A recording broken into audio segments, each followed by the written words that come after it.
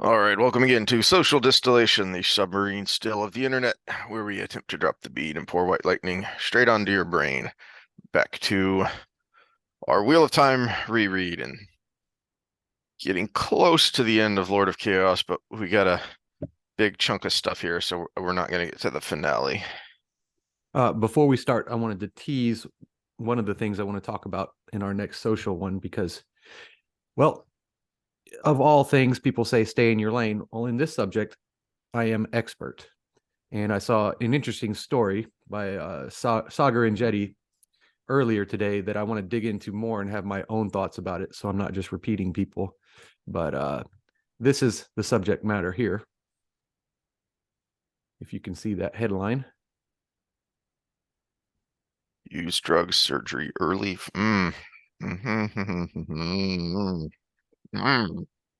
And then some statements made by our new, apparently, obesity czar in the government, Oh, goody. who is making statements that are inherently false, absolutely false, not even close. She said, diet and exercise is only this little sliver of the pie when it comes to obesity. The biggest portion is genetics and social justice.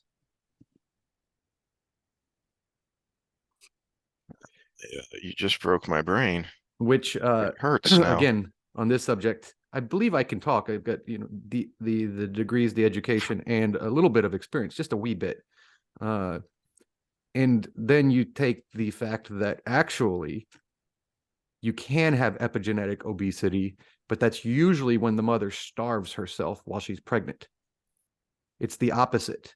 Having a big, fat, gluttonous mother gives you a higher metabolism. It's the other way around.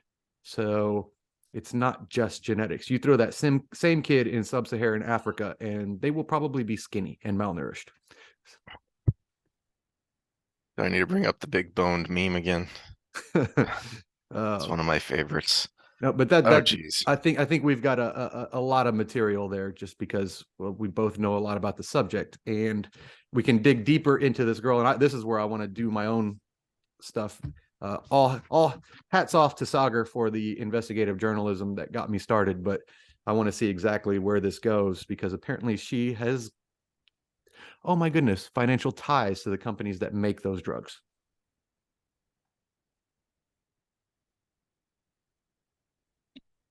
Follow the money. Follow the money. All right. Politics Well, ruins everything, everybody. Let us well, professionals do our job. speaking of politics, that's a good chunk of what this Yeah. several chapters is about. Well, maybe Um, that's why we start to hate Egwene because everything becomes political at this point. It's less growing yeah, up and now it's all politics. and maybe that's why I don't hate her as much because I enjoy the political intrigue. I started reading Tom Clancy when I was in middle school. Yeah, I am a nerd that way. So I enjoy the political intrigue. So the one of the reasons I want to get around to watching House of the Dragon is because from the critiques the non-spoiler critiques I've heard from people, the slower parts are the parts that I would probably like more because that's the political intrigue and kind of setting up the scene for what's happening. No, and I'd have to agree, and I did enjoy them. I think you'll be pleasantly surprised by that show because they balanced the we have to do this for our industry with trying to make a good product. Hmm. And I think focusing on the political intrigue allowed them to do that. All right, so we get we get another one of those kind of summary scenes where he it's not precisely from Egwene's perspective. It's kind of like if she had sat down and said, "Dear Diary, this is what happened this week," rather than following her along. So we kind of sum up what's been going on. He does drop some hints there. He does mention some things that are useful to remember, the things that he does point out, but I don't want to get into those just yet. Um,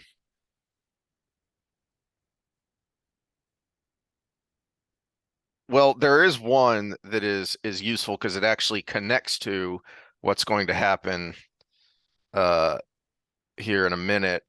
The the downfall of the rigid rule following. Because one of the things he just kind of drops in there in this summary is that Savannah is now a wise one because the other wise ones say so. And um uh I just brain farted on that clan's name. Um Kaido. Shido. So the Shido wise ones say that Savannah's a wise one. That makes her a wise one. All the other wise ones know it's a sham.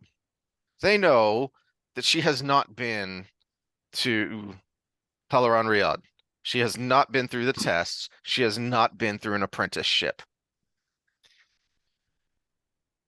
A wise one says so, so that's that.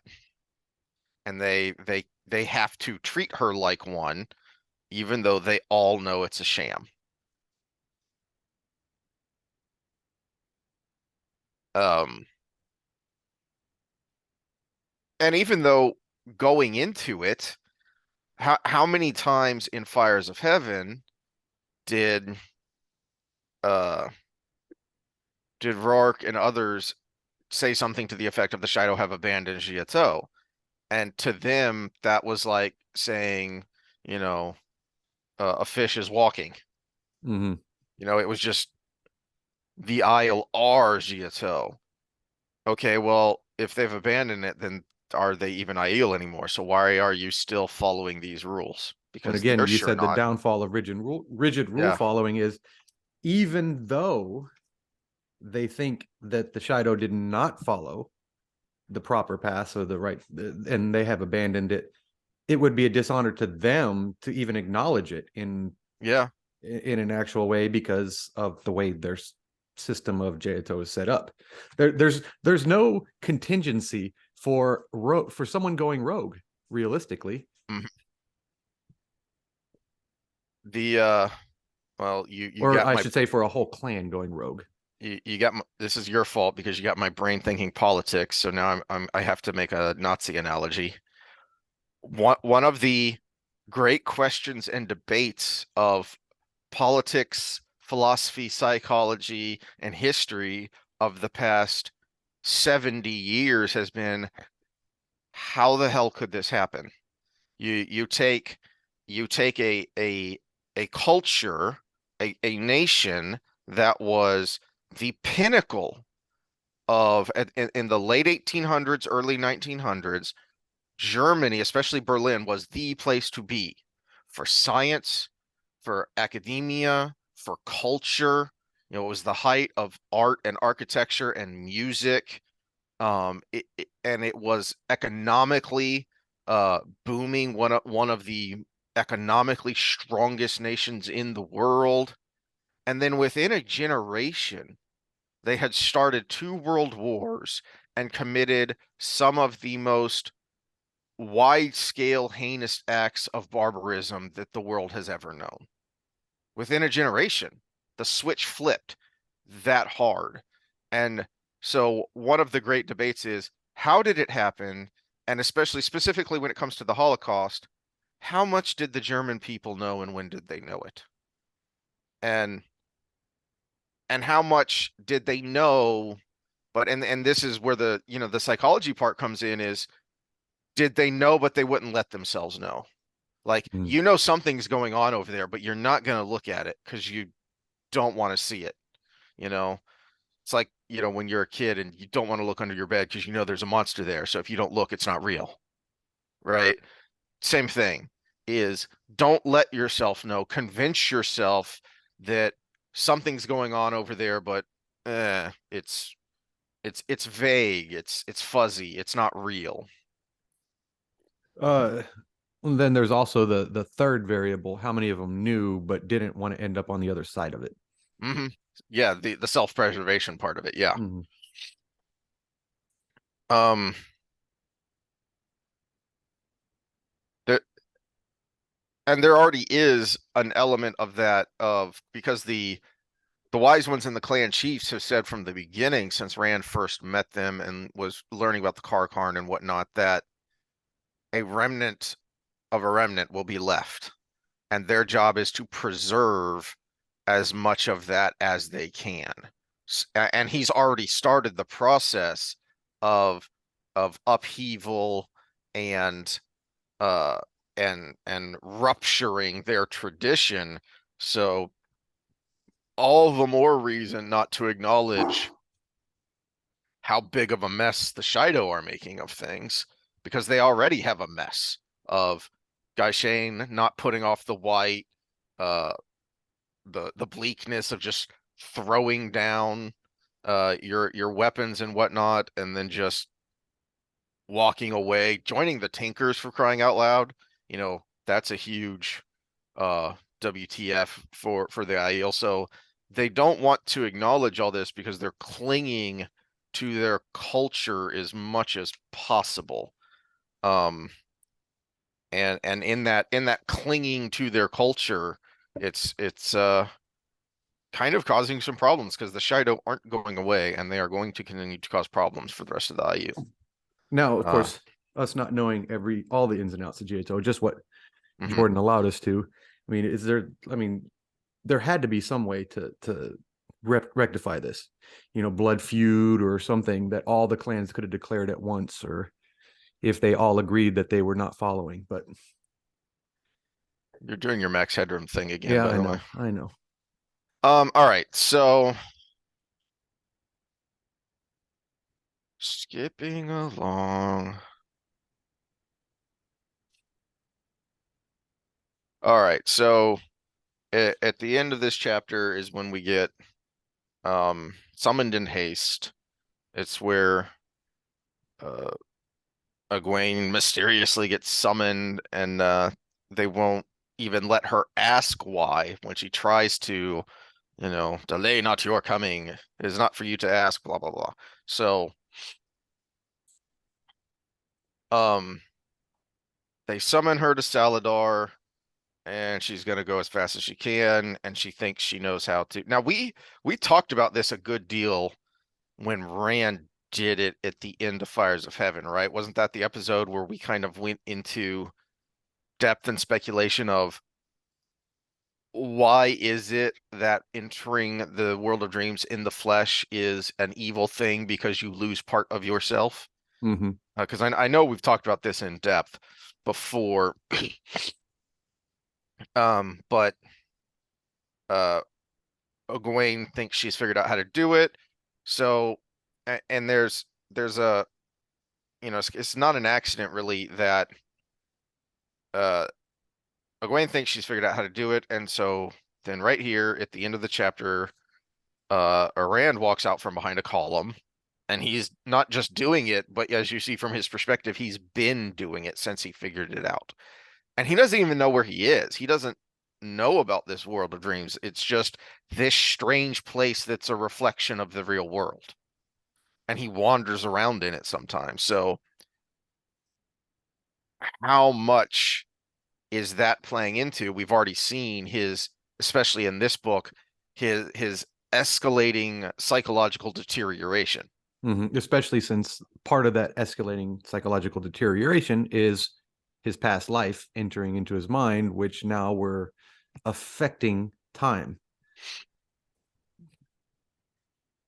We're weakening that veil between reality and all the could be's and Mm-hmm. all the past and the present and the future. Yep, and there's also the little nugget that Lews Therin rumbled somewhere in the back of his head. He always did when Rand came close to Kalendor. Um, so dropping more little hints to worm into your brain. Um, all right, but the point of that was now he knows where Salidar is. Um, and we get to that in a second. All right, but here's the juicy bit though, is in chapter 33 when the wise ones come um to see her off, and um All right, so page 639. And she says, uh, Egwene says, if you've come to punish me, I don't have time for carrying water or digging holes or any of it. I am sorry, but I said I would come as soon as I can, and I think they mean to count minutes. Amos's pale eyebrows rose in surprise, and a puzzled look passed between Cerelia and Bear.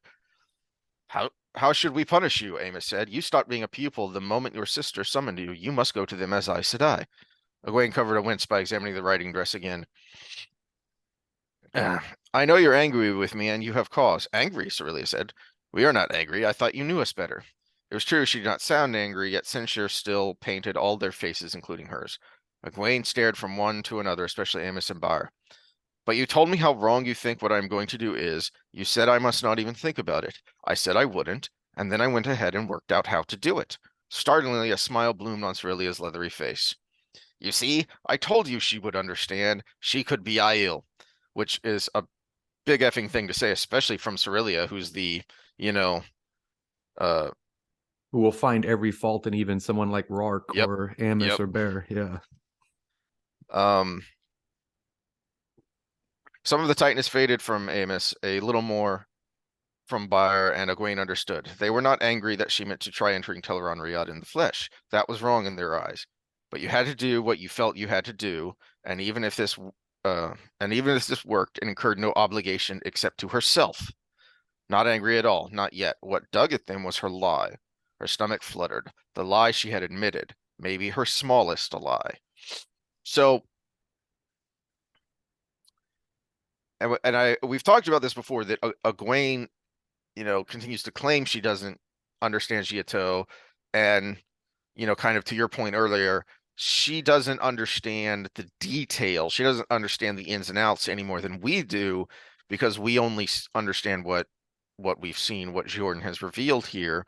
But she instinctually gets the principles of Giotto and what it is.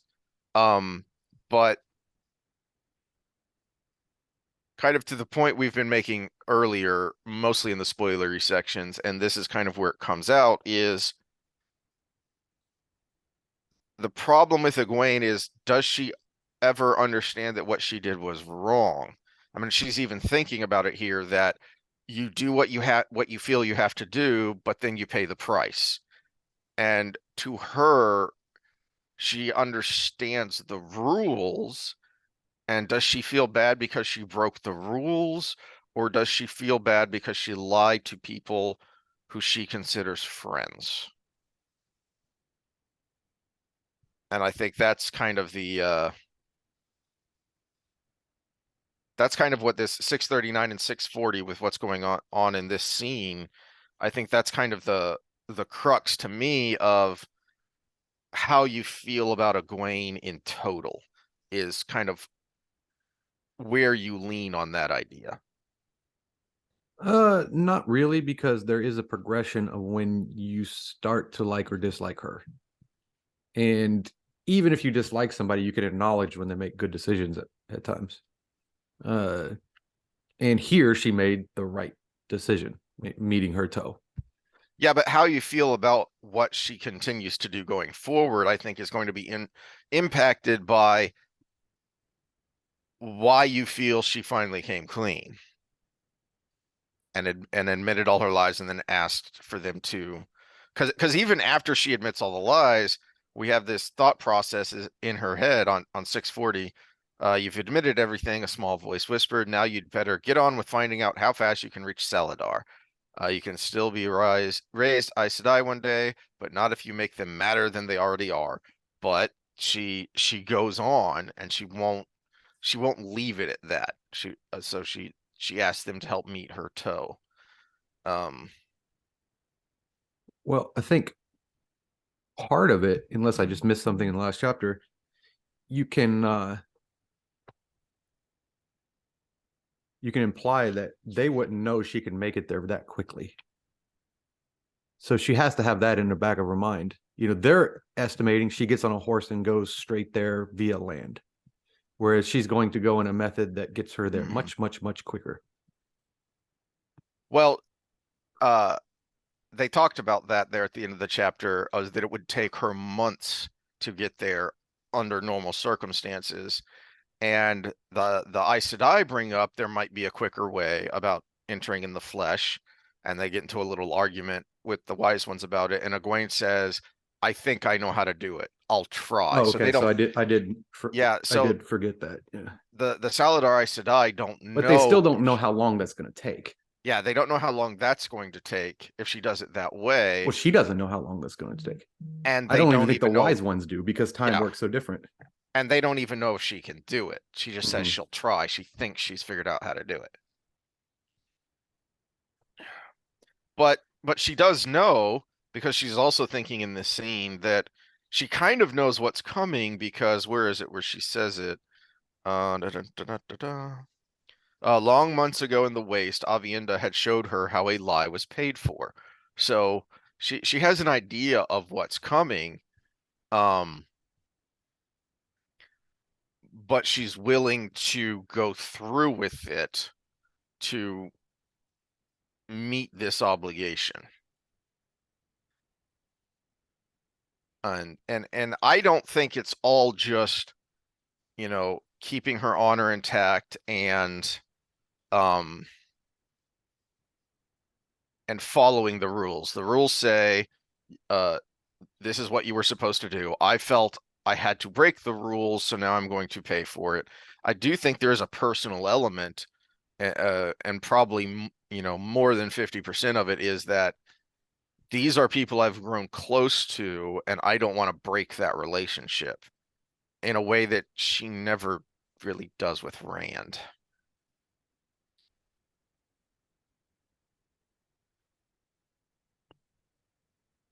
Well, this is also one of the situations where she has a pattern in these books, and one of those patterns is getting caught between utility and doing the right thing.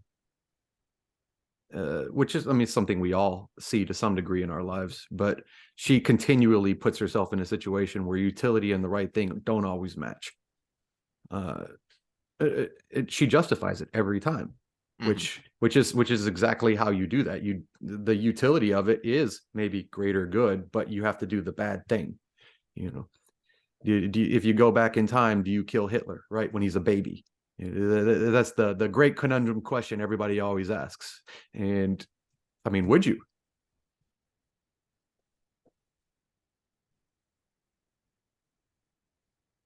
Then we get some comic relief, thankfully, because we get a Matt scene, a pretty lengthy and good Matt scene here through the last Hold on. half I of got this to get prepped chapter. then. Okay. All right. So All right, we're ready.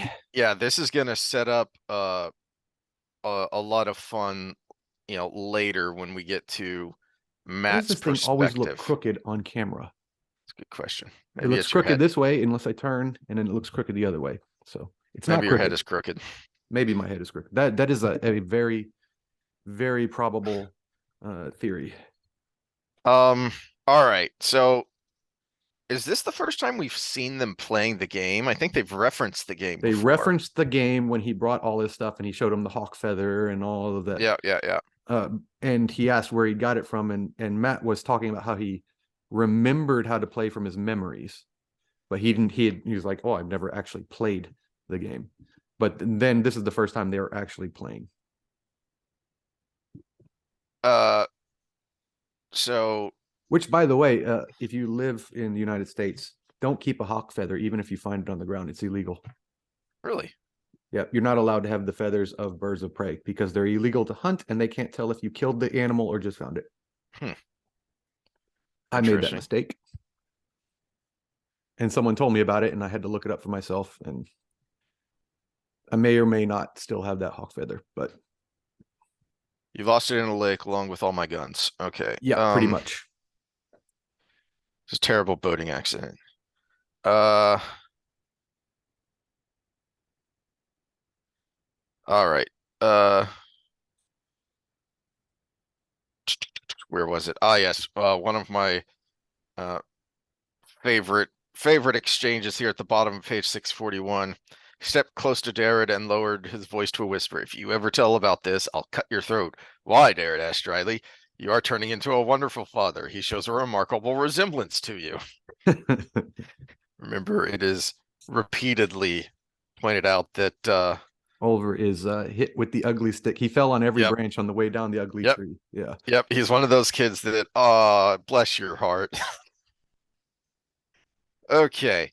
And uh Rand has popped in uh to camp. He's got Avienda in tow, even though he tried to uh, dodge her. And he's got a map, and he knows exactly where Elayne is and where these rebel Aes Sedai are, and he's going to send Matt there. And Matt doesn't like the idea. Um,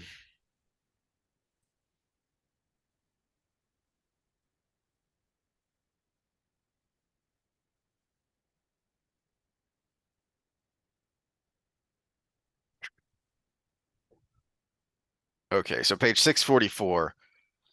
I like this exchange, this argument between Matt and Rand, and that Matt really isn't being any different than when we saw them arguing when they were still just kids from the back end of nowhere, and still traveling together. You know, whether it's in the Eye of the World or the Great Hunt. Um, and we get a little bit of at the beginning of the Dragon Reborn before they all separate. Um, I also like that we don't get Rand's point of view, so we don't know necessarily for sure why he's acting the way he's acting, because he in a sense he is kind of treating Matt like he does any other subordinate. Yeah. Um, Well, and at risk of semi being a spoiler for the end of this book, he's making a huge mistake that affects things going in the near future here. um, which is, one of Matt's points is okay, hold on, big picture. We have not been revealed what this plan is. We know from Rand's interactions with Davram Bashir that they are scheming something. Uh, they have this grand plan for Samael, and part of the point that we do know is for Matt to be down there taking charge of the armies, so that he's looking there, because if Matt, Rand's friend, one of these ta'veren, is if he's the general, getting together this huge army, then that's where the focus is going to be. And Matt points out, hold on, Rand, we don't want to draw Samuel's eye north. We want him looking at the plains of Moredo and that huge army there. But Rand is sure that he is sure. So he's emphatic. Um,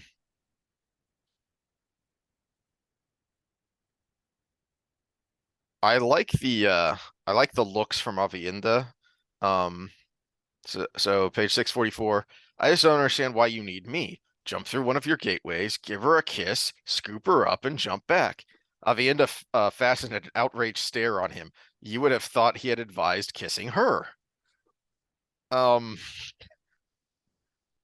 why is she so angry? Is it? I mean, The, these are people who talk about, who. yeah, but I think it's the culture thing, because remember, in her culture, she would be the one uh, instigating the kiss. Well, that's a good point. Yeah, She would be the one the instigating the man kiss. doesn't instigate the kiss. I was wondering if it was talking too flippantly and familiarly about someone who Avienda considers a near sister. Well, that's the surface level, but then add the culture, and you have basically violated Jato. Hmm. And since she considers Elayne a near sister, she's going to follow that to the T, realistically, That which is why she does what she does here in a little bit. that's a good point. And at the end of this scene, Because remember, She, she still thinks she violated Jaito. yeah. Yeah. At the end of this chapter, she basically threatens Matt of don't you dare try and put me on a horse. So you don't manhandle a woman. You know, the literally sweeping her off her feet thing is a Western romantic ideal. But to them, that would be a that would be a violation, you know, because that's not the way you show affection. That would not be romantic at all. Um, I guess maybe on your wedding day it would be so long as you let her fight back.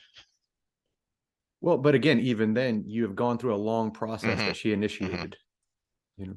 Oh no, it appears from the context that the IO woman want to be manhandled when they say yes, Hmm. and so it's their form of consent, basically. All right, so the bottom of 644 is where we get Rand reacting. So Matt's arguing. The band, Matt, Rand snapped. You and the whole band! Exclamation point. He drew a long, shuddering breath and his tone became milder.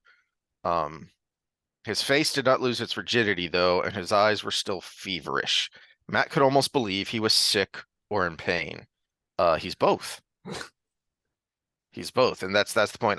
And so I think one of the criticisms that I saw often about Rand and where people start to dislike Rand about the time they start to dislike Egwene, and a big part of it is the way he treats Matt. But to me, um, you're seeing it from Matt's perspective, and you don't know why Rand's doing what he's doing. And to me, this scene is him. He is treating Matt like a friend, but he's so he's so harried and he's so frustrated by how he usually has to deal with people that it has now become his instinct to snap at people and to have a temper. And he's you know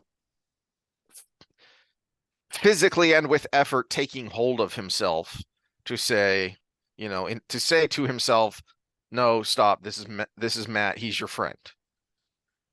And so he's forcing himself to calm down. So this is him still being a friend as much as he is able,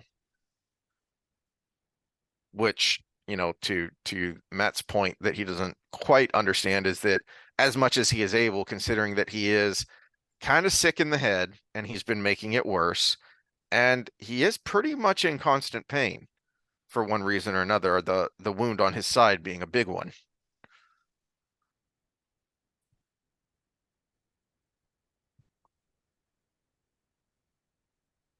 Da, da, da, da, da, da. And then after another page um of counter argument that, and this is where Matt is different from the other people who argue with him, is he's just, I mean, there is an element of egad, I don't want to do this. This Mhm. is awful, but what he's offering is counterpoints, things that Rand hasn't necessarily thought of, and he doesn't have enough people who can do that, um, that he'll actually listen to. Um, but when it comes down to it, fine, he gives up. So 646. How quickly can you be ready? Matt opened his mouth, then gave up. He was not going to budge the man. 2 hours. The band could be booted and in their saddles faster, but he was in no hurry. Mhm. Um, Which is a little bit of just Matt taking a little victory there. yes. There's just a little bit of that. Um, and then he gets him to promise to stick close to Elayne. I'll treat her as my own sister, which reminds Rand. Oh yeah, that reminds me. Your sister's in Camelin on her way to be an Aes Sedai. The thing Matt dislikes pretty much the most in the world. And just casually throw that in there. Um, Tom Maryland's letter, which we finally, actually, I don't know that we get to, No, we don't get to see it. We see the reaction to it, but it's a while before we actually see the letter. Um, Yeah, they're in Ibudar by the time we see the letter. yeah. Isn't that when Matt gets curious? Hmm. Oh no, he's with Tom by then. So Tom gets Hmm. curious and looks at it, and we see when Tom does. One of Uh, those. yeah.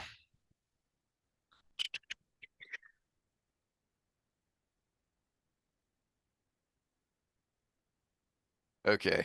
Um, I feel like we've talked about this before, but um, this is another one of those uh RJ things of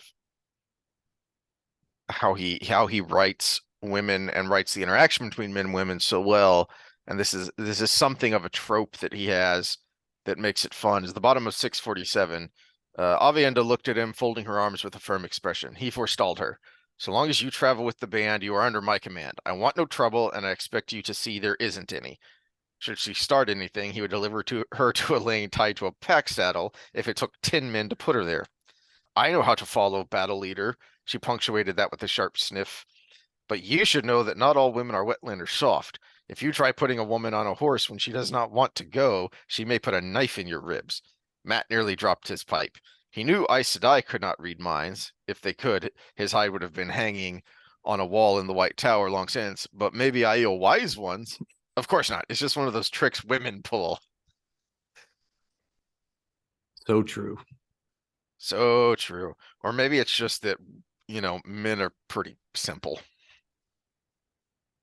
Well, because we're I mean, objective oriented.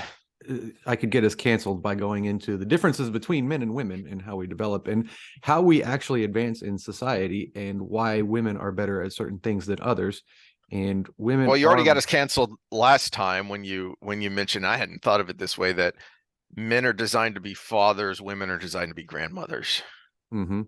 But women are also designed to be social beings with other women. Hmm. And part of that is making sure that they keep their men in order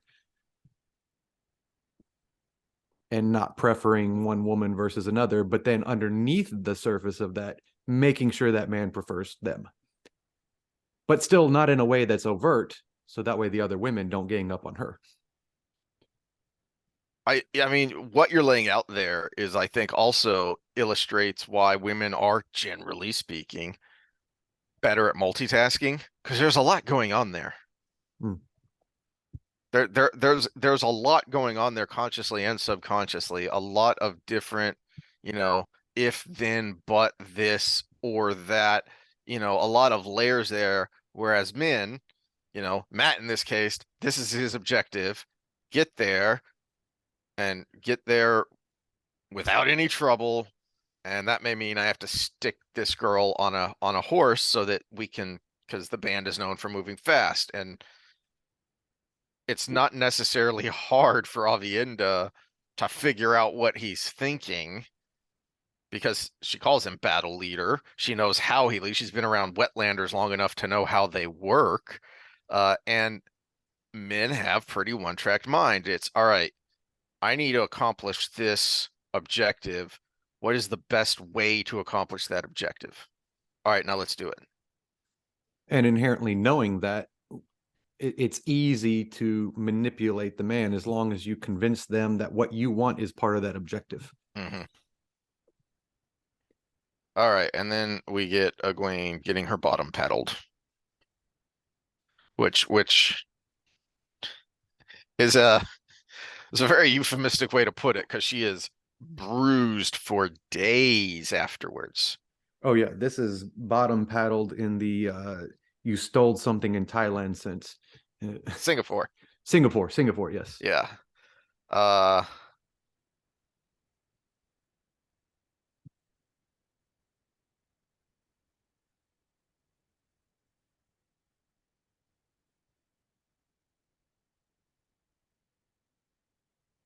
I like the interaction here that there's kind of a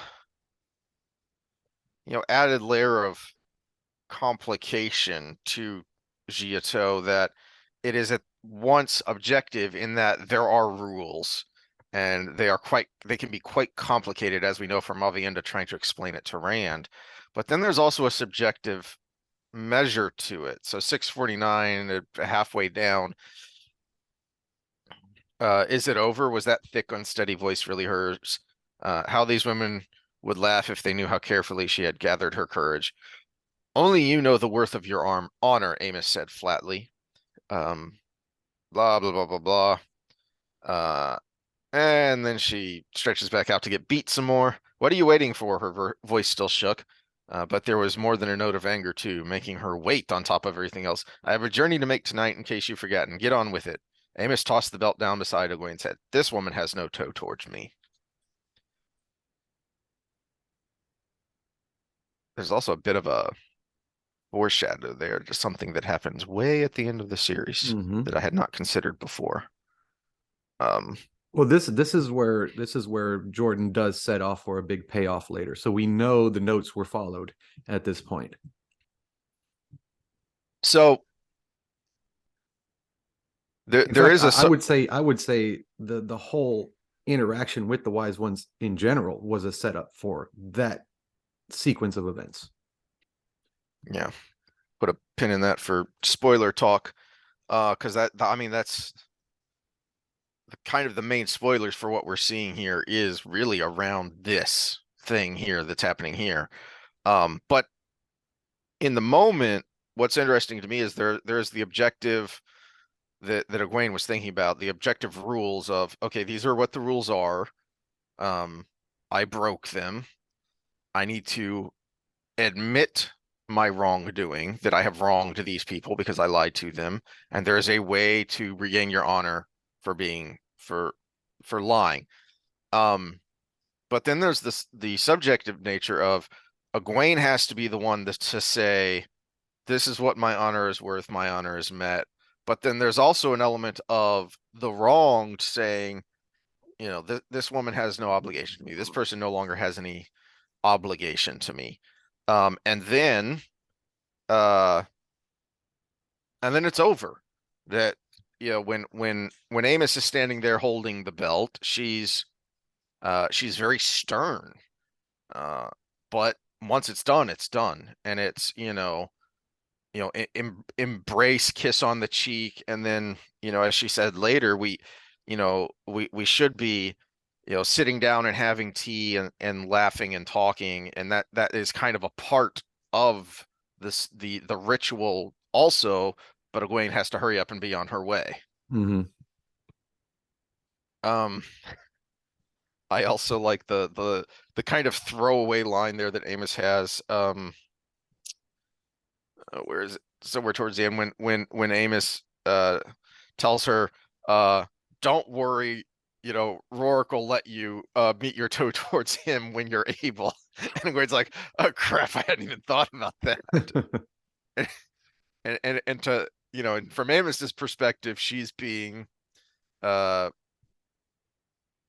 nice. She's doing a nice thing of, don't worry about it. We'll make sure you take care of this, because I know you wouldn't want to forget him.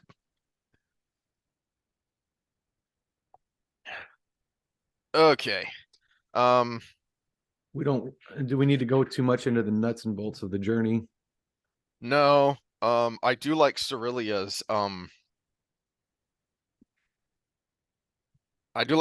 goodbye. So this is the bottom of page 651.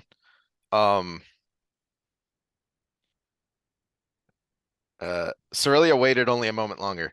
Think on Tarek. I should have asked him to the sweat tent so you could see him. Until you can, remember this. We are always more afraid than we wish to be, but we can always be braver than we expect. Hold on to your heart, and the Aes Sedai cannot harm what is really you, your heart. They are not nearly as far above us as we believed.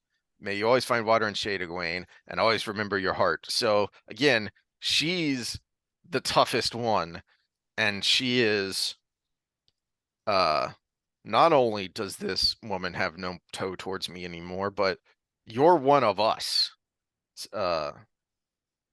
that and I think that goes a long way towards Jordan explaining Egwene's character from the outsider looking in is is the whole scene that started this is that it's not that she's going to do this thing, it's that she lied to them. She broke a promise when she said, I won't even think about this, is what they told her because it's so dangerous. And she went ahead and did it anyway. And Cerilio was the one that said, oh no, she'll get it. She'll understand why we're upset because she's one of us. And that also is part of the setup to things to come with Egwene of who she is, deep down to her core. All right, so Journey to Salidar. I mean, this is just reminiscent of all the Perrin scenes we see when he learned to leap. So I don't think we need to go too much into the nuts and bolts. Yeah, not too much into the nuts and bolts. Bella And shows up, then, so that's always good. yep, Bella the Wonder Horse. And Mm-hmm. then she pops into Salidar. Um,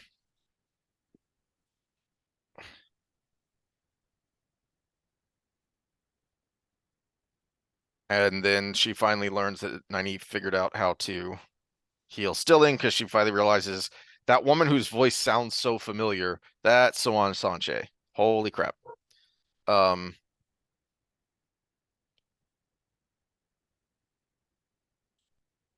there's um the last couple of pages of this chapter, though, I think are interesting and subtle because Egwene is being polite. She's deferring to her elders because these women are over her. She's only accepted and they are Aes Sedai, but that's an appropriate picture. But That was from uh, a wedding I went to in England, by the way. So excellent. Um,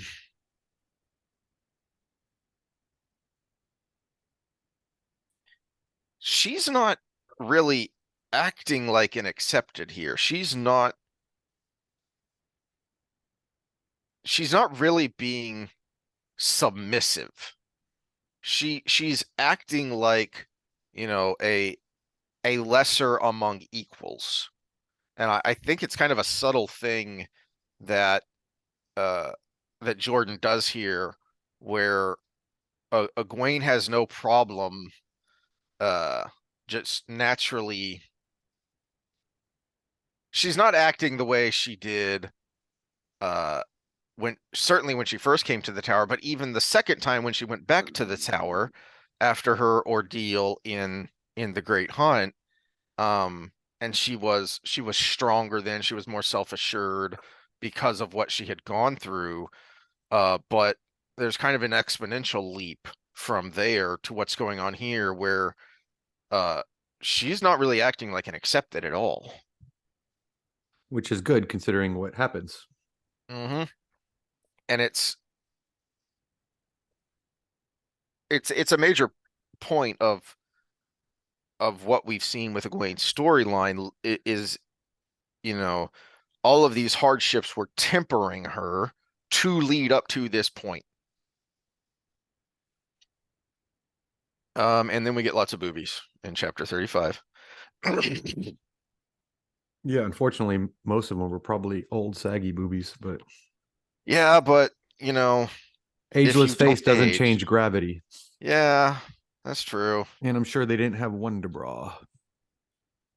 Yeah, that's true. But still, I got to think that if you don't, if you don't look like your age, then anyway, boobies, lots of boobies. Um,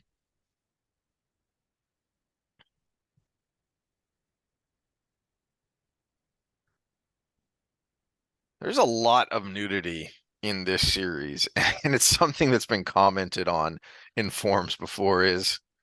Uh, what the heck is Jordan's obsession with this, or is it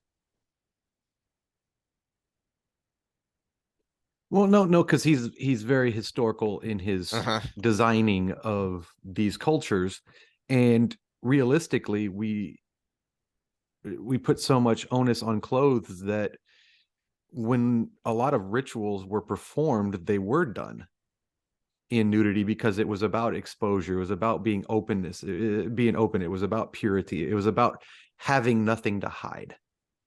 And he sets that up here with this ritual of there are only women here. Well, 3,000 years ago, that was a big effing deal. Mm-hmm. To be, to be certain, but also to set up that there are only women here. We are now, that this used to be a community, men and women working together, but now it's just us. We're all that's left that stands between civilization and the dark. So there's kind of a reinforcement of that element, I think, as well.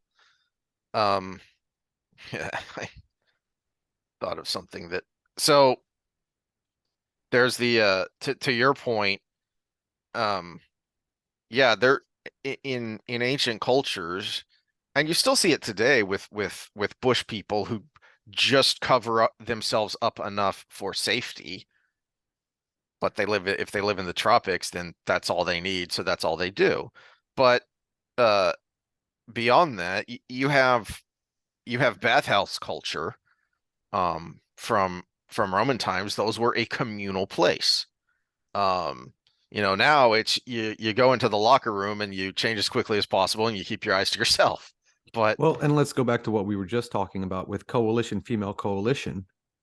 Exposing yourself to the males of the group would be you trying to get them to do your thing, to pay attention to you. mhm. Exposing yourself to the other women was a sign of unity, was a sign of a kind of egalitarianism, where we're all here, we're all exposed, none of us are wearing clothes.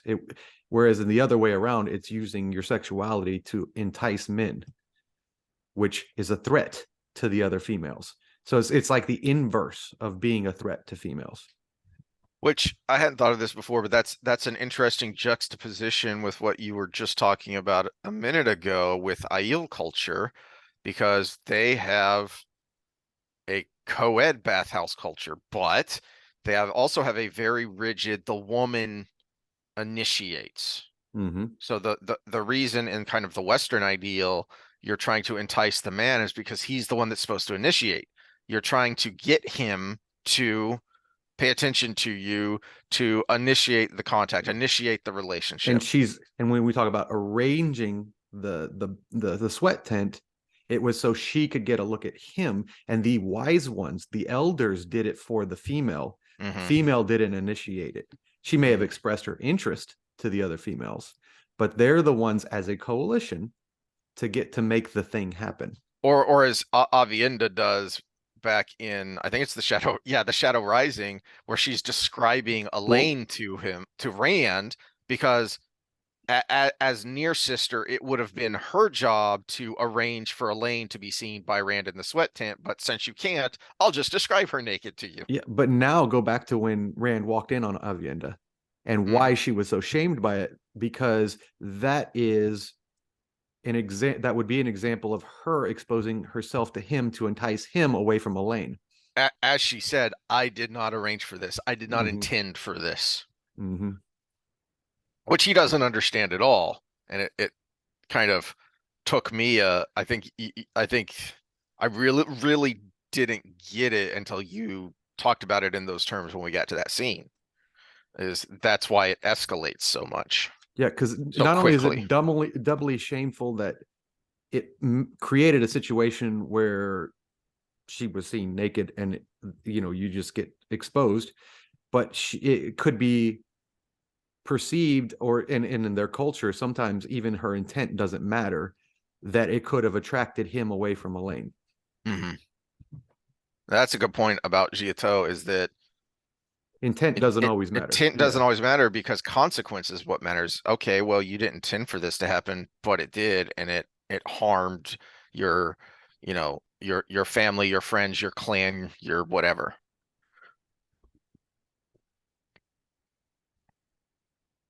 Okay. So uh the only other real interesting thing that kind of jumps out at me is just talking about Egwene and her character.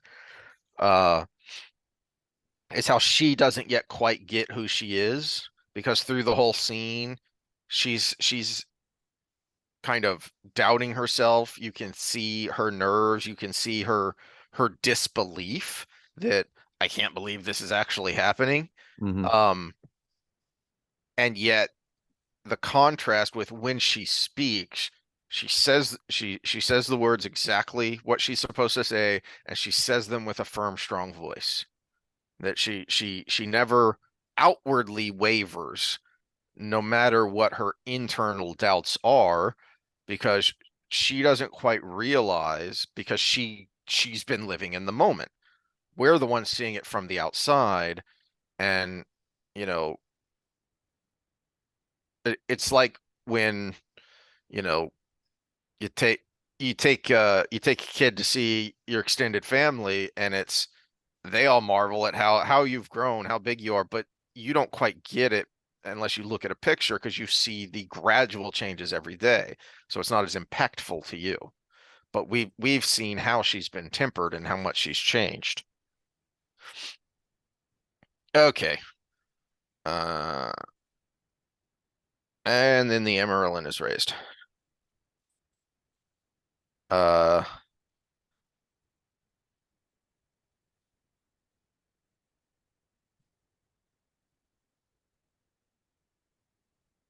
and we see the after effects of this wasn't just a paddling. Hmm. It's a paddling. Uh and we get Chessa, who's loads of fun. Um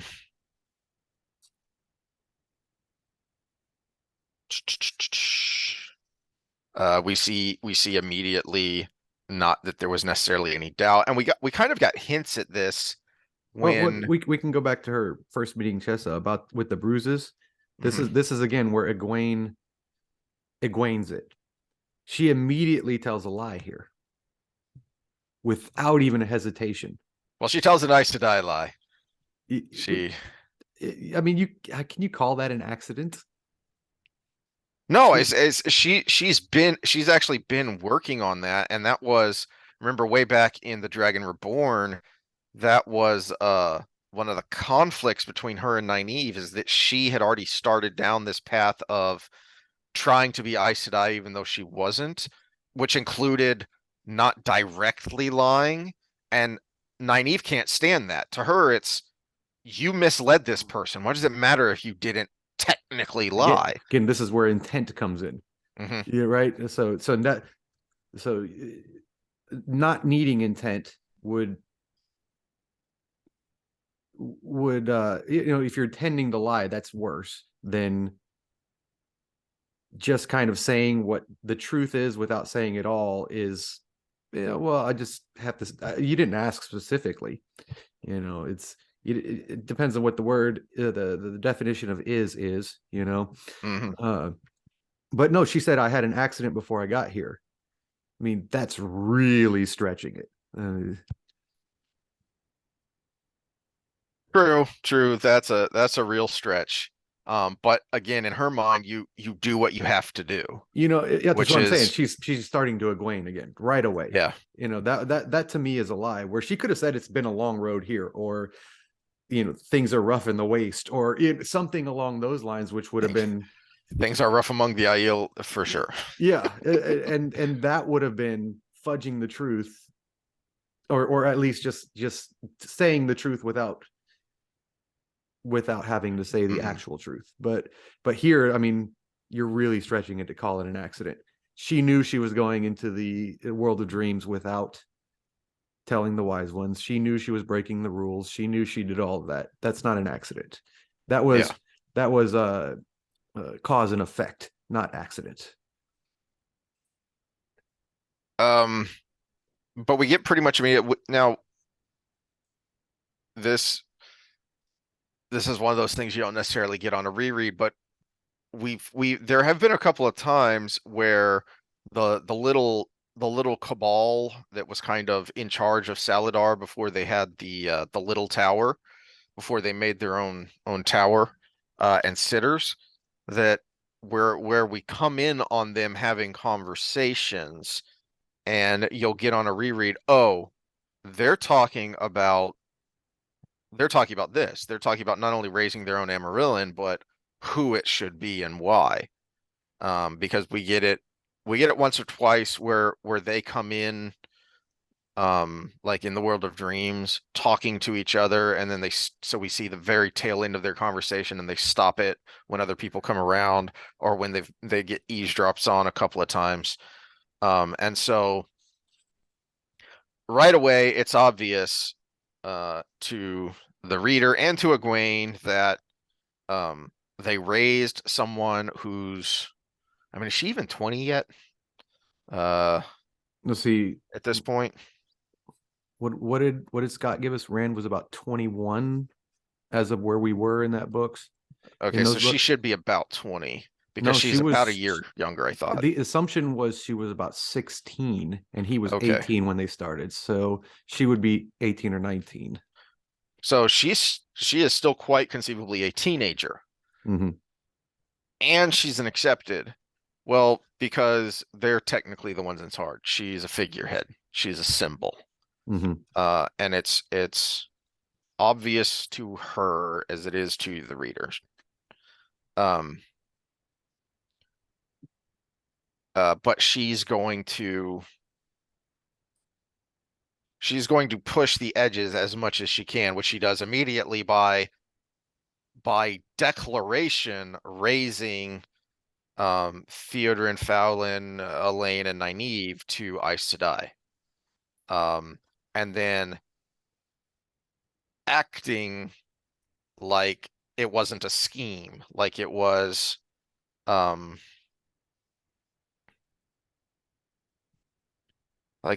it was like she's a teenager.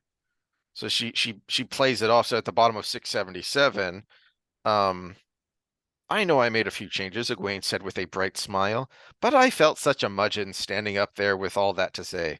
All of them had had a hand. No wonder it had sounded like a pompous old woman who could not stop talking. She almost laughed. Anyway, I said what had to be said, the heart of it. Elida must be removed, and I will lead them to do it. And then as um uh and then the raising without the normal circumstances. It seemed necessary, Egwene said, widening her eyes. I thought of it last night. I've been raised Aes Sedai without being tested or taking the 3 O's, and if I was the only one, it would just point me out. With 4 others, I won't seem quite so odd anymore.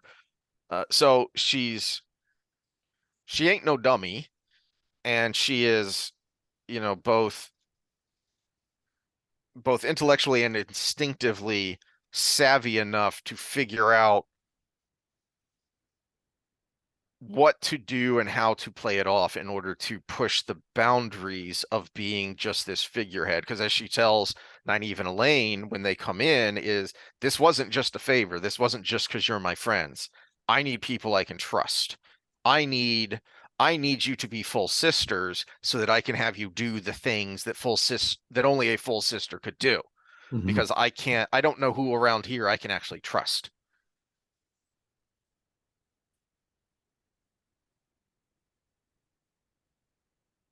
Um,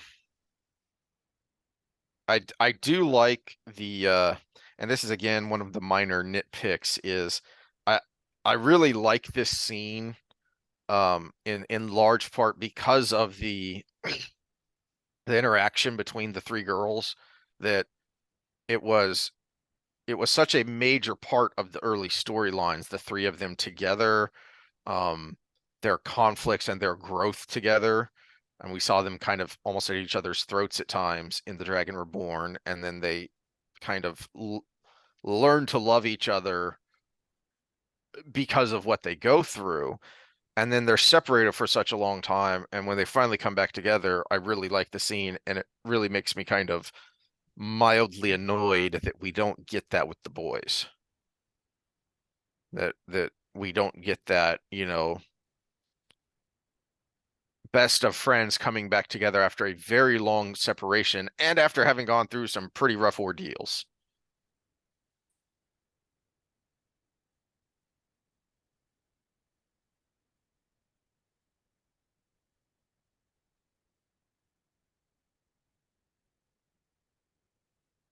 Um,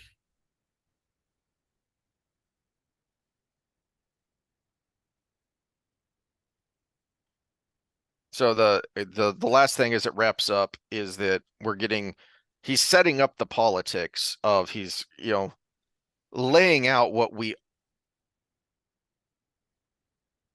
I like that he does this sometimes is he does tell, but he always does it after he shows. So we've already seen that there are three factions within Salidar, at least three major factions.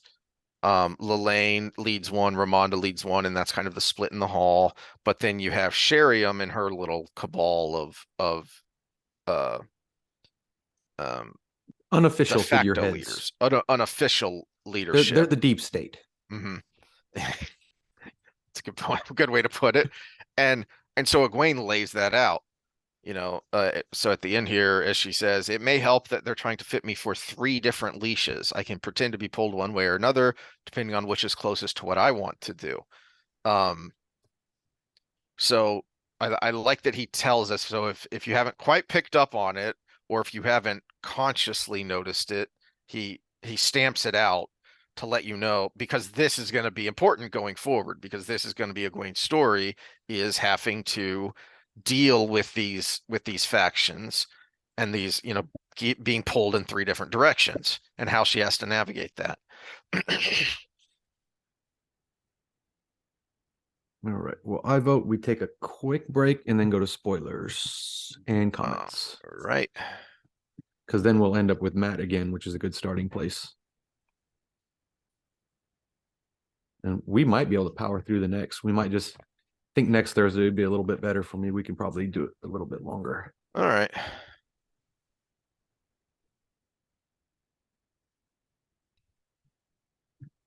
All right, so I've flipped through the next chapter real quick. So chapter 37 is there's not a ton to talk about there, I don't think, because really what we're seeing mostly there is just Egwene putting into action what she was just talking about you know, playing these factions off against each other, um, to try and get what she wants. Um, we do get an interesting scene with Halima, um, which is loads of fun. Uh, just for knowing, what that is and where it's coming from. Um, but the really the only thing that jumps out, I think, is the Nynaeve at the beginning. I have a confession, she said in an ear whisper, and she's confessing that she freaking captured a Forsaken. It's like that's it's not a bad thing. And that they've been keeping it secret. But then the interesting thing to me is the way Egwene handles it. She very instinctively uh plays very hard, plays bad cop, to a T, of threatening Moghidian and making it very believable, because again, reminding you that Egwene is really freaking strong. That not only did she figure out uh how to go into the world of dreams without a single hint, she figured out how to go into the world of dreams uh in the flesh, and that was kind of the final piece to something she'd already been thinking about, which we talked about a little bit back in the scene with Rand, when she was asking how he traveled, how he made gateways. And it was, again, yin and yang, kind of polar opposite to what she had been thinking. Are you sure you don't do it like this? And he looked, and they looked at each other like they were both crazy, because if they had tried it the other way, the way a female or man respectively is supposed to do it, they like burnt them out, sucked them into the black hole or whatever, and she's figured it out. So don't think I don't already know the answer is kind of the point she makes to Mulgideon, which is uh, a great way to keep her guessing, which is important since she's, the schemer. And then next time we can just jump right into chapter 38, which is Matt having to deal with all this. Nope. All right, so spoilers, go away if you've, you know, if you're following along with your first read. I know we had some people after critiquing the crappy series that had said that they hadn't read it yet. Um, so go away if this is your first time. Yeah, and it's getting to be a little bit more difficult to say that because obviously people wouldn't read it at the speed of what we're going. Hmm. But at the same time, you might not be done with the entirety of the books. And in the spoilers, sometimes we just spoil the book, sometimes we spoil the whole damn series. So if you don't want to take that chance, then don't take that chance. Now, so you had something because we were talking about the Rand and Matt interaction that his change of the plan here has some serious ramifications. What exactly were you talking about there? Well, it may or may not because he did have him going towards Samael at the time, and he wasn't in Camelin. Hmm. But it sure would have been nice to have the band for chasing after a group of Aes Sedai and warders that had just kidnapped your leader, especially since they've been known to move quickly and win with small odds. Perhaps the only, short of like, a light cavalry squadron, kind of the only army that could actually keep up with Aiel if Mm-hmm. they forced marched themselves to do it and left their supplies behind. Yeah. Um, and he's he's going to be incapacitated for a long time by sending him away on this errand, and even if it had worked out the way Rand wanted, that was kind of Matt's point, is you're sticking me on this errand that means I'm not going to be able to do other things that might be more important. And of course, as Rand should know, but he's so fixated on I need to fix this thing. And because he's made it personal, as we've seen from his points of view, not having Andor devolve the way other places have is personal to him, and not because he's an Andor man, because he never thinks of himself. No one from the Two Rivers thinks of themselves that way, but because of his love for Elayne, he personally is wants to do this for her, but then also there has to be a part of him that thinks, what's she going to think of me if I ruin her country? Mm-hmm. Well, and there's also the part you were talking about process driven thinking versus relationship driven thinking. Hmm. He's saying, well, it's obvious. We get Avienda there, we get Elayne out of there, we get her to Andor, and then that country will heal and everything's going to be good. And I can keep going forward and uniting the other countries. Hmm. Whereas Elayne, Egwene, Nynaeve, Avienda to some degree, and Matt getting caught in the middle of it are thinking, we need to heal the tower. We can't just go here. We just can't do that. Hmm. We need to fix everybody's problems with the Bowl of Winds.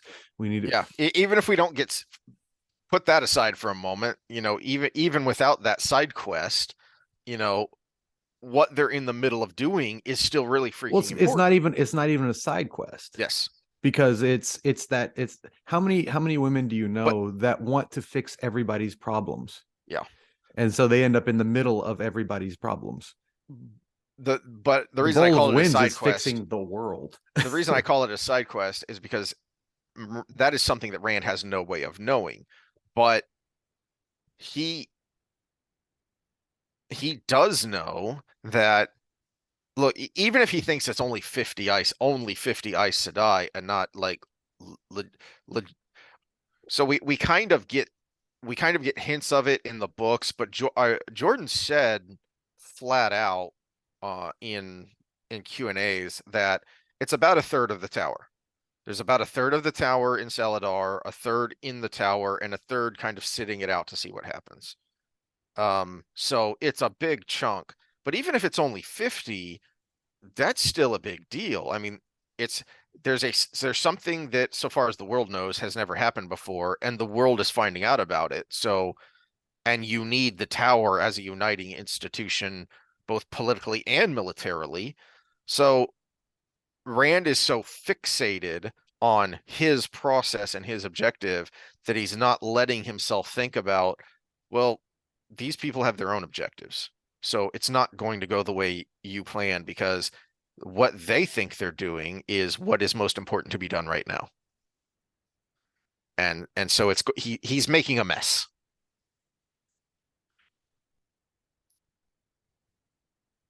All right, were there any other spoilery things? I'm thinking back about the things we talked. Uh, Now, yeah, you can maybe elaborate a little bit more on what we were talking about with Egwene and taking her licks in the name of Toe, and then what happens in the future.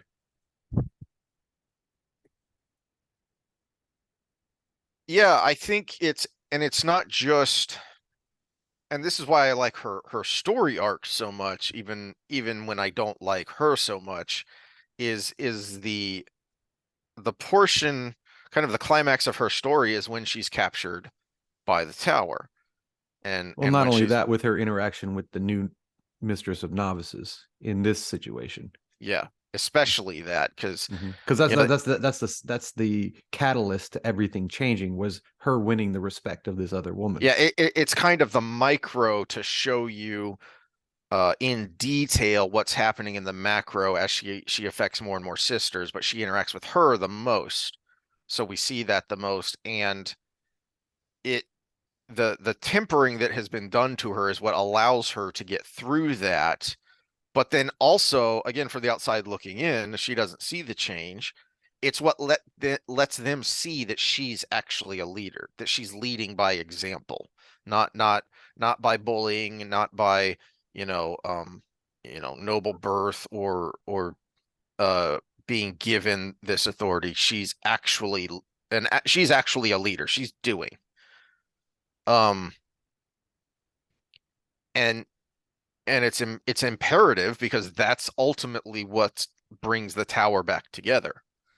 Um, and because she's something of an outsider, because she was never a sister, and because she was, went through this additional training with the wise ones, is is she's the media. She's the third party mediator that you bring in when you have two sides butting heads, because she's kind of the only one that can say, you know, you're both right and you're both wrong. That neither side, especially, the rebels, they're not willing or able to acknowledge that, you know to her point, what she's thinking through this whole scene here is, you do what you feel you have to do, but you have to pay the cost. And yeah, you did what you had to do when Sawan was pulled down, but in so doing, you broke the tower. Mm-hmm. Yeah, what Elaida did was wrong, but your reaction to it is what ultimately broke the tower. Even if she instigated it, you know, you made the decision to break away. Um, and all of that is necessary to lead to that ultimate climax. And you start to see it with her as Amarilyn, because she's kind of starting to do those things. You're starting to see that this is how she's going to be able to, I mean, he's giving you the hints of, this is how she's going to be able to bring the tower back together, Mm-hmm. by how she acts as Amarilyn. Which I think the structure played out over the course of it for that part of the story, but I think maybe the delivery was wrong, or some things broke down along the way. But even under Jordan's writing, we can't blame Sanderson. I was pointing out her going right back into her old habits Mhm. of lying just for the sake of saving face. Mhm. Well, and then, to the thing Scott always rants about, and you certainly see in plenty of other places on forums and whatnot, is that Egwene kind of talks early on, and you see it when, at the opening of that chapter, with her and Elayne and Nynaeve, with Egwene talking about the plans she has. She already has plans. She already has policies, things she wants to do, and it seems like she goes back on those, but I don't think she does. I think she realizes that the tower as an institution is important, even if it has some, you know, some broken parts about it, that those parts Mm. just need to be fixed, not radically changed. Because she does still do some of that. She does still um create connections, even if she doesn't quite do it the way she wants, with the other channelers of the world. She does bring in, regardless of age, people who have the ability to channel so that they can be trained uh, and take the oath even. Well, I Um, think that's more the youth than the other things because again, the youth brings change, mhm. and at that age, she's like, why shouldn't we find a place for all these But people? Whereas someone set in their ways and basically elitist in that mindset is like, well, no, they're not Aes Sedai. They should but not be trusted with the power, period. yes, Yeah. but then and so where she shifts, I don't think she changes. Where she shifts is that she she realizes, or she decides that those changes have to be done within the existing structure. We have to do those changes to modify the existing structure, not radically alter it or tear down big chunks of it. Well, I think some of the breakdown with her as a character is honor is, and we've talked about honor and obligation, right? With the Jeito, honor is a semi broad term with many parts. And she gets some of those parts, as you brought up, with the leading by example, making, paying the piper at the end. Hmm. Those parts she does. But then there's a part to honor that is a trustworthy part. And she very much becomes a do as I say, not as I do leader. Or I could even say do as I say, not as I did. I think that's a better way to say it, because Yeah. when when she is leader, she's still, I mean, that's why she's effective, is because she does lead by example. I But think she's very honorable in the sense of more of a respect portion of honor, but from an honesty portion of honor, she does tend to slip a lot.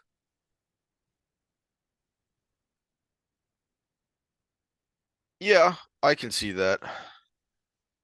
All right, so any other thoughts, or on to comments? Comments. All right, so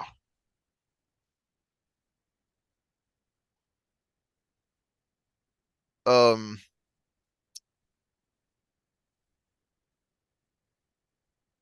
all right, so it's impossible to point to, but spirit is real. The reason we can't locate it or measure it in the scientific sense is because its power, its manifestation, comes from an alternate universe, not our Newtonian or Maxwellian, what we call reality. That's an interesting thought. Uh, I would I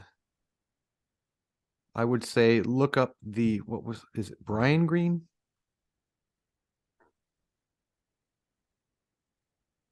Yeah, look up the work of Brian Green, Greene, talking about the things on the quantum realm. In Well, what I assume, Scott, you're referring to there is the idea that, all right, so what we were talking about is that um the elemental parts of the power represent elemental things, represent physical things, and or are actually, not just represent. So you are actually manipulating those physical parts of the world.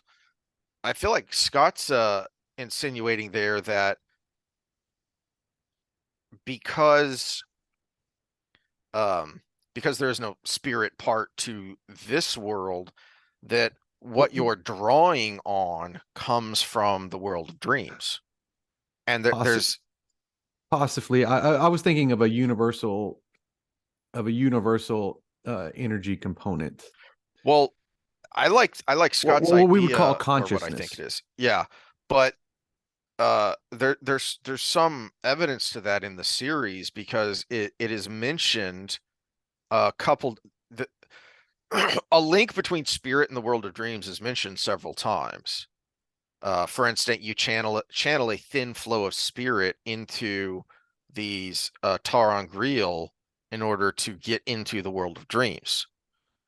Um, I think it's mentioned once or twice that people strong in spirit were also strong dreamers. Spirit is one of the few things that works correctly and fully within the world of dreams. Other kinds of channeling are not quite right. Um, I kind of wonder, and this is where Jordan never went in his interviews, and now that I mean, it's a shame he's passed in a lot of ways, but it's also a shame that people like myself, or even some of the people we talk about, maybe they could have been Wheel of Time fans. I don't know how much time they have for fiction, mhm. but this is where the realm of, and I would like to see where he stood on this, panpsychism comes in, where even all matter has consciousness. So yeah, a couple of things for you to look up and maybe go down rabbit holes on that, Scott. But panpsychism, Brian Greene, look up Annika Harris on her thoughts on consciousness, and she actually talks about a lot of things. And as soon as I had read your comment before, that made me think of those things.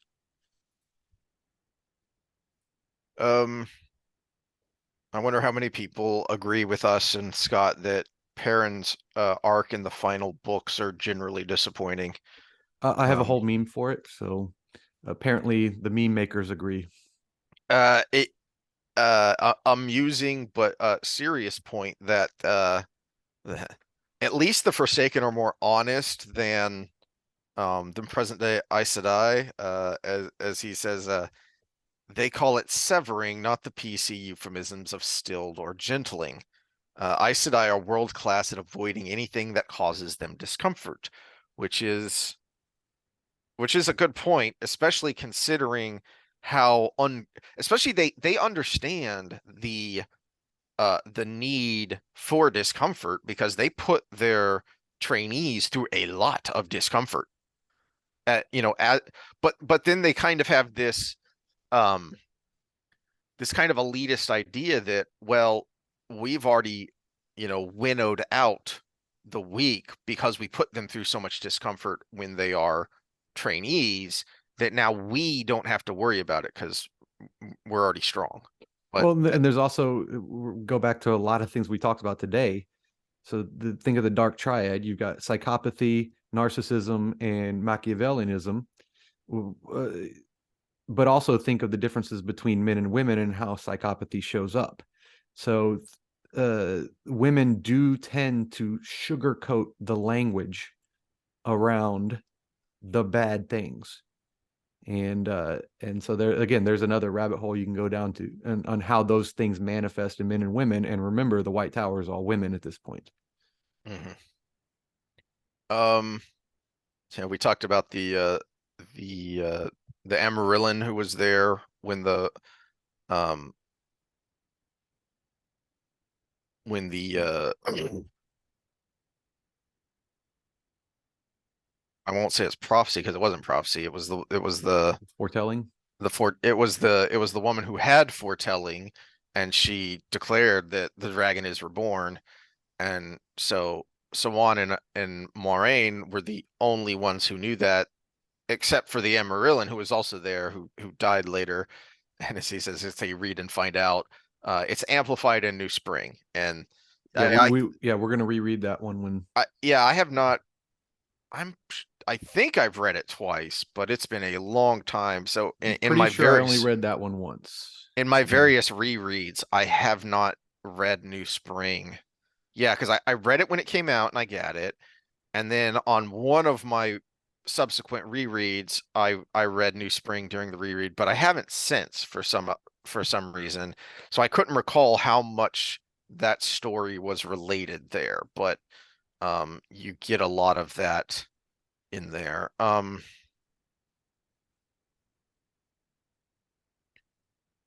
Yeah, confirming what I wasn't sure about that Owen was left to the not gentle attentions of his neighbors. It, I still think it's a little unclear. Was he like lynched by his neighbors, or was he so abused and had already, because he had lost his connection to the source? We know you become horribly depressed, and he either just given up on life, killed himself, or whatever. I don't know that we know for sure how he died, Well, I but mean, he was obviously, I think, from that statement, bullied at the mhm, minimum by mhm. his peers. And you think of you are suicidal, and you're like, well, I'm just gonna go kill myself, and someone says, well, go do it.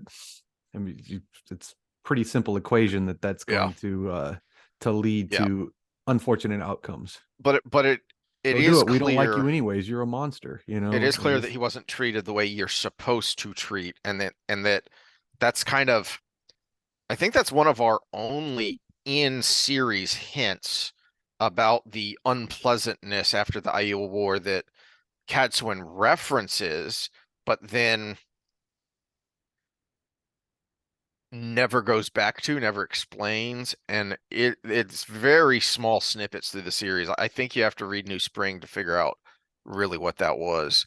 So he was gentled on the spot and then just left, and then the Reds just went on their way to the next one, because that's what they were doing at the time. Always remember the river undercuts the bank. I'm not sure what that's in reference to, yeah, but the way I'm you're not sure either. capitalizing, I assume it's an allusion to the sword forms. So it may have been when we were talking about action. I don't know.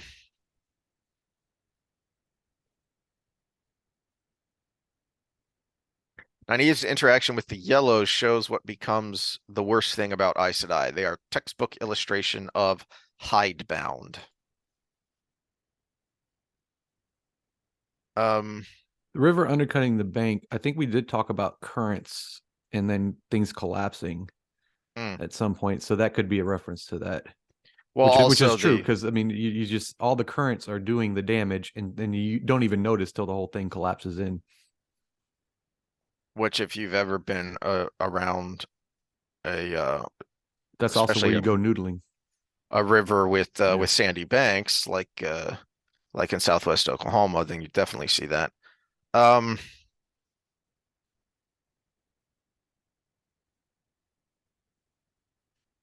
the White Cloaks at Falm were for the main part wiped out by the Sanchin Channelers. It's actually a fitting in for a group that fears what Aes Sedai could do, but have sworn restraint not to. Um, which, yeah, which is a good point, which they don't believe, because they think the three oaths are all lies, all Hmm. propaganda. Well, yeah, I And think he's then pointing out the irony that they yeah, keep blaming the Aes Sedai though hmm they've made the oath. and then and then they get a very harsh uh eye-opening there to see this is what would actually happen if you were right, if they Mhm. if they were unrestrained. Unfortunately, the survivors tell the tales, and there weren't many survivors except the zealot buyer. hmm because he was purposely set aside to watch, so that at least one person would be around to report. Um, all right. Interesting metaphysics. Personally, my opinion is that Balefire can't burn out a Forsaken's thread prior to their release from the Dark One's prison. Um, Yeah, it was just the working of time there. Were they because they were yeah. outside of time? hmm Is their thread outside of time, or is their thread still in time? It's just not doing anything because the soul itself can't. That's I mean we're speculating beyond. I think Jordan would just be like, y'all are taking this too far, guys. Yeah, he does. It's a good damn story. He did definitely did that sometimes. Yeah. All right, and then finally the one that you commented on. Um, by this point in the series, Nynaeve is using all five powers because she says it just felt right. Um, which is what she says in the scene, is that I almost always use all the powers, and that's just always what she's done. In The Dragon Reborn, when she heals the Aiel girl, she's using the healing she was taught by the Aes Sedai. Remember that she had chosen to major in medicine. She tells the Aiel that their friend needs to rest and eat. Yeah, that was a good pickup there. But what we need to find is other instances. Well, we need a follow up to the ones she did before she was tower trained, and that's the problem because he doesn't. He says she did things. He alludes to that she did things that other wise ones couldn't do, or no wisdoms couldn't do, but he never talks about it. You know, they were healed. He didn't say they had to lay in bed for 2 weeks, or those were unimportant details, really. Although we just found why it could be an important detail. Mm. All right. Well, any other thoughts before we say adios? Nope, I gotta say adios anyways. So. Yep. And so next time we're on to fun Matt shenanigans when he walks into this mess pretty well completely blind because Rand only thought he knew what was going on, but it's not what's going on, and these people have their own ideas and own priorities. And as far as damage control, Matt gonna Matt. Matt gonna Matt, Matt which gonna makes Matt. it fun. All right, we'll see you then.